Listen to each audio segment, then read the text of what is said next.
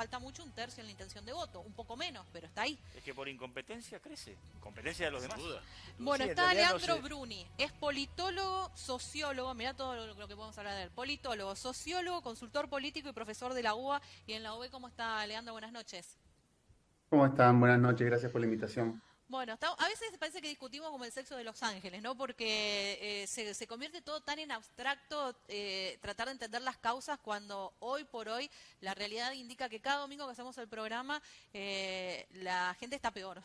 Está peor porque no puede alcanzar a comprar lo mismo que compraba la semana pasada. Entonces como que todo se relativiza. Pero decíamos, hay un cansancio en la ideología y se va a un voto más práctico. ¿Qué análisis se puede hacer?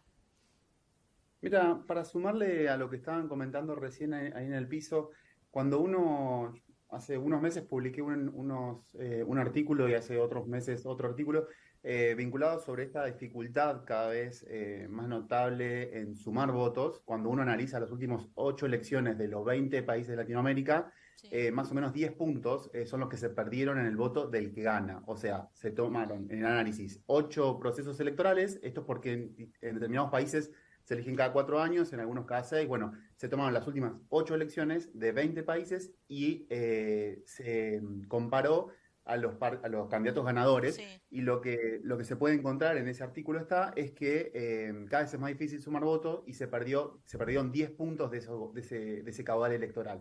Y después, vinculado a esto de que alguien comentaba sobre que los oficialismos pierden, excepto en Paraguay ahora, hoy, esta noche, también en un artículo que publiqué hace unos meses, pude comprobar que en la actualidad, si uno toma las últimas 20 elecciones de Latinoamérica, de los 20 países de Latinoamérica, en el 75% ganaron las oposiciones. Este número por sí solo parece alto, pero no dice nada, pero hay que tener en cuenta que en general en el 60% de los casos ganaban los oficialismos, no las oposiciones. Entonces, lo que uno ve es dos cosas: cada vez el elector castiga con mayor facilidad, si se quiere, a los oficialismos. O sea, solamente no te voto porque sos oficialista, sin importarlo a quién votar, pero hay un voto castigo muy fuerte. Y Sí. por el otro lado, el que gana lo hace cada vez con menos holgura, si Espalda. se quiere, si me permite la palabra. Le cuesta cada vez más. Y eso lo vamos a ver en esta campaña argentina también. El que gane en este proceso electoral. Hoy las encuestas están mostrando que hay una intención electoral en tercios. O sea, el que gane va a tener un Congreso complicado, va a tener que negociar, va a tener que buscar alianzas para llegar a las leyes o para la gobernabilidad misma. Ahora, la pregunta es, si uno esperaría que si, en hipotético caso, y ahora si quieren vamos un poco más a las encuestas, pero si gana un candidato del Frente de Todos, uno esperaría que esta negociación se dé. En el caso de que gane Rodríguez Larreta, también. Ahora, la incógnita es qué pasa si gana Milei. ¿Puede llegar a negociar? ¿Puede llegar a hacer acuerdos? Bueno, según su estilo, el estilo actual que le está imprimiendo la campaña electoral a su comunicación, no parecería que fuese el caso. No se lo ve negociando en el Parlamento leyes o gobernabilidad con otros gobernadores. Pero bueno, son un poco las incógnitas que tenemos de cara hacia el proceso Leandro, electoral. buen día. Es difícil, buenas noches. Es difícil Buenas noches. negociar con una persona que te trata de un ser y te encasilla o te encuadra en casta. Es muy difícil de Sí, negociar. hagamos un ejercicio de separar quizás un recurso comunicacional electoral, ¿no? Porque uno podría decir, bueno, un principio básico de las campañas electorales, de la comunicación política, tiene que ver con la construcción del enemigo, del otro como el adversario, ¿no? El poder diferenciar, ¿no? Porque si no el elector dice, ¿para qué voy a votar si son todos los mismos?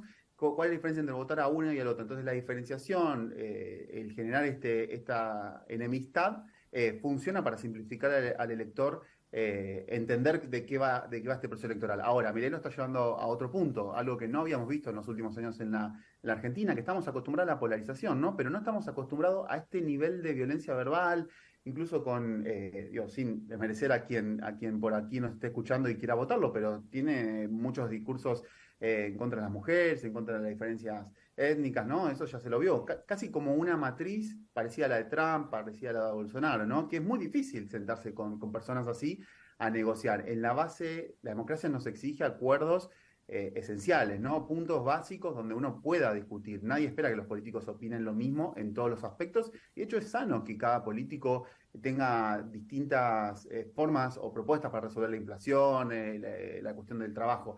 pero sí tiene que haber puntos de acuerdo esenciales, básicos. Pareciera que Milei no los tiene. Esto es lo que lo vuelve por ahí muy atractivo para muchos de los electores, que como por ahí decían en el piso, están cansados, están hartos, hartas, agotados de lo que es la política, no encuentran soluciones y ven en este candidato a alguien que por lo menos dos aciertos, los canaliza emocionalmente, no se hace eco de este descontento, de este hartazgo, y además les está proponiendo futuro. Digo dos aciertos, porque si bien se dice, sobre todo en Capital, se dice mucho esta idea de que Milei es un producto de los medios, ¿no? Recuerden que surgió básicamente por ser panelista y por mucha exposición mediática, pero lo cierto es que en términos políticos nadie puede dudar de que en el último año y medio acertó con estos dos puntos. Son Leandro, dos puntos muy importantes y que el resto de la política no lo tiene, lo emocional y proponer futuro. Leandro, mi nombre es Martín Varela, buenas noches. Sí. Muy interesante lo que está planteando y mi pregunta casualmente apuntaba un poco a eso. No son pocos los que dicen que el gran aporte de Milei es haber derrumbado la supuesta superioridad moral de la izquierda sobre la derecha a la hora de discutir cuestiones políticas. Pero también, y le aclaro que a mí me choca bastante la actitud pública de Milei, fundamentalmente por lo que usted decía, porque esa construcción, que puede ser oportuna para lo electoral, después para gobernar podría significar un inconveniente a la hora de buscar consensos, también es cierto que me parece que él se monta arriba de la incompetencia de la mayoría de la clase política tradicional para plantear lo que usted dice, una opción a futuro. Y lo curioso es que si uno va 4 o 8 años atrás en procesos eleccionarios, los jóvenes mostraban siempre una tendencia a votar, bueno, los políticamente correctos, los más inclinados a la centroizquierda, y ahora parece que ahí es donde él está golpeando con mayor fuerza. ¿A qué se lo atribuye? Bueno, eso fue un fenómeno interesante de verlo, digo, por lo menos en términos académicos o profesional, verlo en las encuestas, como en un primer momento Milei aparecía como, digamos, generaba temor dentro de Juntos por el Cambio porque parecía ser quien venía a, como decimos en la jerga, comerle votos, robarle votos, ¿no? Que parecía que le sacaba más a Juntos por el Cambio que a otros espacios. Lo que estamos viendo desde el principio de este año es que eso cambió e incluso Milei le está sacando votos al kirchnerismo. La pregunta es, ¿qué caracteriza a esos votantes que Milei logra sacarles, ¿no? Porque acá siempre nosotros pensamos que la política, digo, es un principio básico de que la política es relacional. Uno nunca, esto es casi como ir al supermercado, uno nunca va a comprar lo que quiere realmente, lo que desea, sino que en el supermercado o en el mercado, el almacén del barrio, uno compra lo que hay, lo que digo, tienes que comer, vas a comprar y compras la comida que te ofrecen, básicamente la que puedes comprar. En las elecciones pasa algo similar, cuando uno va al cuarto oscuro, no vota al ideal, a lo que uno querría, porque quizás no existe, digamos, de hecho, ese tipo ese elector al que uno querría, que junte todas estas cualidades. Entonces vota lo que hay. Entonces vos vas al cuarto oscuro y tenés, digo, pensando en este elector, ¿no? Que piensan en común de un partido a otro y que votan a Milei. Vas al cuarto oscuro y tenés algunos que te prometieron hacer grandes cambios rápido, terminar con los problemas y no pudieron. Tenés por el otro lado otra oferta electoral que te vino a proponer hacer lo diferente que hizo el gobierno de Macri y que iba a llenar la heladera, prometía el asado, bueno, todo este tipo de cuestiones, no pudo. No estoy analizando si se justifica, si la guerra, simplemente estamos pensando Seguro. en la lógica lo más simplificada posible, que es como se vincula la mayoría de las personas con la política, porque nosotros, digo, en la academia uno, en la universidad y demás, uno siempre dice, bueno, la elección, el voto racional, que uno piensa, que compara propuestas, pero digamos, seamos sinceros, ¿cuántos de los que estamos acá, o cuántos de los que nos están escuchando o viendo, leyeron alguna propuesta de campaña o compararon programas? La verdad es que cuando uno hace los estudios es ínfimo la cantidad. De hecho, creo que solamente quienes preparan los programas de campaña leen los programas de campaña. El resto no lo hace. Se vincula emocionalmente o simplifica de lo máximo posible estas cuestiones. Entonces, yo creo que Milei puede recibir muchos votos de este grupo de votantes que están descontentos con sus respectivos espacios, que fueron ex votantes pero ahora no encuentran no encuentran, digamos, la posibilidad de volver a votar a esos espacios. Quizás no son kirchneristas tatuados o macristas tatuados, digamos, pero sí lo han votado y sí tienen en claro que no querrían votar ¿no? Si uno es macrista no querría votar al kirchnerismo y el kirchnerismo al macrismo. Entonces, se mezcla el descontento que tiene de su espacio, la desilusión de su propio espacio, lo que no le pudieron cumplir y que no tienen a quién votar. Si yo le pregunto a cualquiera que tiene tendencia a votar al Frente de Todos a quién votaría hoy, lo primero que me diría es, no tengo candidato. O sea, claro, que algunos querrían a Cristina, algunos querrían a Massa, pero lo cierto es que no tienen candidato. Imagínense eh, lo que pueden sentir estos electores. Bueno, ante la nada voy y voto a Milei. Y quizás por eso podríamos pensar que el otro día, el acto de Cristina, tuvo como objetivo subirlo a Milei al ring, ¿no? Por lo Claro. menos para que no se me vayan mis votantes, que esa no es una opción. Ahora, la pregunta que se tiene que hacer el kirchnerismo en frente de todos, de cara a sus votantes, es cuáles son las opciones. ¿Qué le van a ofrecer? Leandro, ¿qué tal? Buenas noches, Cristina Vicentín.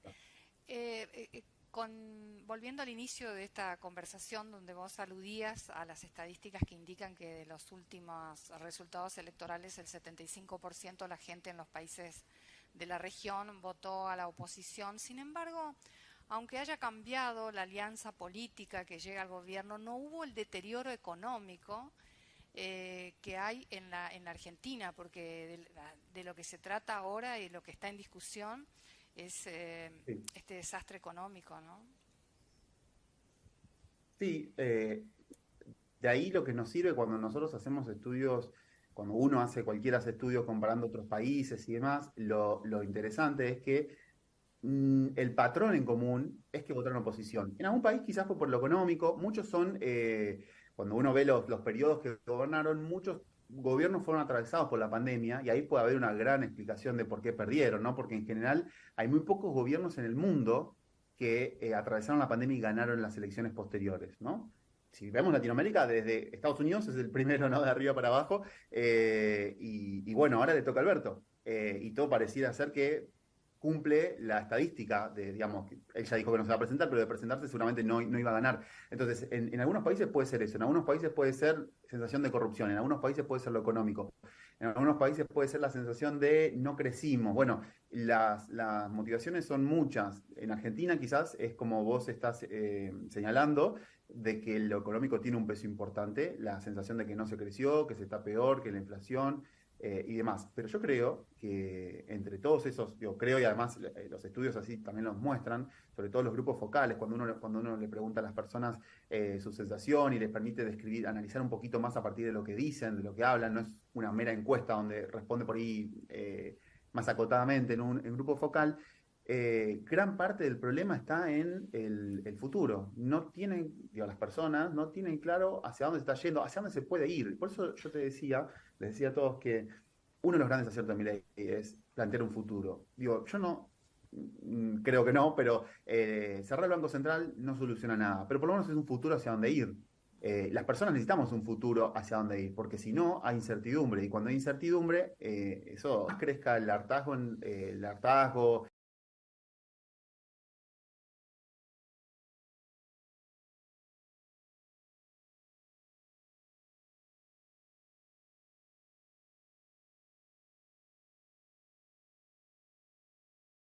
a alimentar el voto de Milei. Ahora, cuando suba, como está pasando de a poco, un tipo de emoción muy particular, que es el miedo, que no es odio o hartazgo, es el miedo, lo que va a alimentar es el voto de la reta. ¿Miedo a qué? Bueno, miedo a Milei, por ejemplo. En muchos electores lo que te están diciendo cuando vos le preguntás es que les da miedo, porque si bien parece, digamos, lo atrapan la forma de comunicar que tiene él, esto de gritar, de por ahí insultar al resto de políticos, parece un lenguaje muy atrayente, sobre todo en redes sociales, ¿no? Alguien que grita, bueno, el estilo Donald Trump también fue en su momento, le genera atracción. Ahora, cuando lo escuchan un poco más, o escuchan las propuestas, o lo siguen, les empieza a dar miedo, porque no saben realmente, esto no en todos los electores, ¿no? En determinados grupos, pero en los grupos por ahí con mayor nivel educativo, que le presta mayor atención, les empieza a dar miedo porque no saben realmente si va a hacer lo que dice, le da miedo la cuestión de la dolarización, si esto los va a afectar mucho, le da miedo, bueno, todo el resto de propuestas. Y cuando este miedo crezca, lo que la gente busca para poder contrarrestar este miedo o para poder solucionarlo o terminarlo, es, es alguien que les pueda generar certidumbre y previsibilidad. Y esto lo encarna la reta, que es interesante. El Frente de Todo no te puedo decir quién lo encarna porque justamente no tenés candidato, entonces todavía no se puede construir eso. Algunos es Cristina, algunos es Massa, pero lo interesante es que cómo juegan estas dos emociones, ¿no? Porque mientras el hartazgo crece en Milei, con el miedo y la necesidad de previsibilidad crece la reta. Va a ser interesante ver cómo termina la interna Junto por el Cambio, ¿no? Que según las últimas encuestas que por lo menos yo leí, bueno, Larreta aventajaba a Burrich, sobre todo en las últimas semanas, y de ser así, está claro que estamos yendo hacia un balotaje. La pregunta ya no es tanto quién va a ser el primero, sino quién va a ser el segundo. Porque según lo que están mostrando las encuestas, cuando comparan escenarios, ustedes saben que le proponen a las personas distintos escenarios. Si va este y este, ¿quién votaría? Si este y este. Bueno, en esos escenarios lo que se está viendo es que Milei está casi, digamos, está garantizado, o las encuestas lo muestran como seguro para un balotaje, y la pregunta es quién es el segundo, si es alguien de kirchnerismo o alguien de Juntos por el Cambio. Ahora, La mayor... Sí, Leandro, sí. ahora Ujú. te pregunto, ¿cuánto poder tiene en la Argentina o tendrá en el futuro cualquier presidente electo o cualquier fuerza política que gane para cambiar nuestra matriz, esa productiva, exportadora, especulativa que hemos desarrollado? O al revés, ¿qué enorme poder tiene el aparato económico argentino para resistir a cualquiera de los intentos reformistas, ni hablar de revolucionarios, que pueda intentar cualquier futuro gobierno? Bueno, es una discusión bastante profunda, ¿no? Porque digamos, yo creo que desde el punto de vista, si se quiere, comunicacional sí, de la comunicación política, lo primero que hay que entender y tratar sí, de entender y de plantear es que si nosotros seguimos esperando a que venga un presidente que nos solucione todos los problemas, seguimos cometiendo un error inicial, que es tener expectativas desmedidas respecto a lo que puede o no hacer un presidente. Como en todos los países presidencialistas, se dice que el presidente tiene bastante poder, ¿no? Mucho poder, capacidad de decisión. Pero como en toda democracia, una sola persona no puede hacer todo lo que quiera. Y esto es lo que decíamos al comienzo, ¿no? Yo creo que a medida que vayamos acercándonos al proceso electoral, se va a buscar mucho esta idea de transmitir una imagen de una persona con experiencia barra equipo y una persona también que pueda generar los acuerdos necesarios para que las cosas pasen. Porque de nada sirve tener de vuelta a esto que decía, el acierto del horizonte, si ese es el horizonte después no va a tener lugar. Entonces yo creo que un poco si yo les digo a ustedes un candidato con equipo, experiencia y que puede hacer las cosas, seguramente ustedes están pensando en lo mismo que yo, ¿no? Están pensando seguramente en Larreta, porque él está imprimiendo esa imagen. No es que esto sea así, estamos hablando en el ámbito de las percepciones, ¿no? En la percepción de la gente es eso. Quizás en la percepción es que Larreta no es tan empático como otros, o no te genera tanto interés cuando habla. Bueno, muchos de los problemas que tiene la comunicación de él, ¿no? Pero no se le puede negar que construye una imagen de gestor, una imagen de experiencia y una imagen de dialogar con todos para resolver las cuestiones que tenga que resolver. Yo creo que parte de la campaña que viene ahora va a tener que ver con eso. Me parece que, yendo a tu pregunta, bueno, se sabe que Argentina siempre tiene muchos recursos por donde crecer, ¿no? El litio, el gas, las exportaciones, la producción. Ahora, vuelve a haber una sequía o una Sigo, inundación perdón, y te parte de interrumpo esa, y de sigo esa con tu parte. hipótesis. Sí. ¿Gana Larreta? ¿Va a poder disciplinar al poder económico? ¿Va a poder hacer esto de Es que que terminemos con el proceso quizás no inflacionario, se adecúen a las reglas del quizás juego, no se, terminen no las se trata especulaciones? de disciplinar. Y quizás de lo que se trata es digamos, de un cambio de época que no se dio, o digamos, yo no soy experto en economía, no te sabría decir eso, pero yo creo que no el punto, a ver, uno de los puntos en el que falló este gobierno, más allá de que uno podría decir, bueno, tuvo una pandemia, tuvo una guerra, tuvo la inflación posterior a la guerra, los precios mundiales, etcétera, la sequía, más allá de todo eso, el gran desacierto de este gobierno fue político, y el desacierto político fue lo que terminó complejizando la cuestión económica.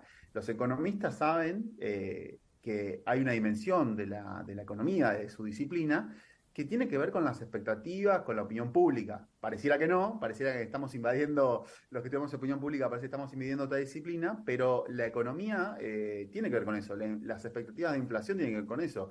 Yo no digo que la inflación sea solo una percepción o que se remarque por las dudas, ¿no?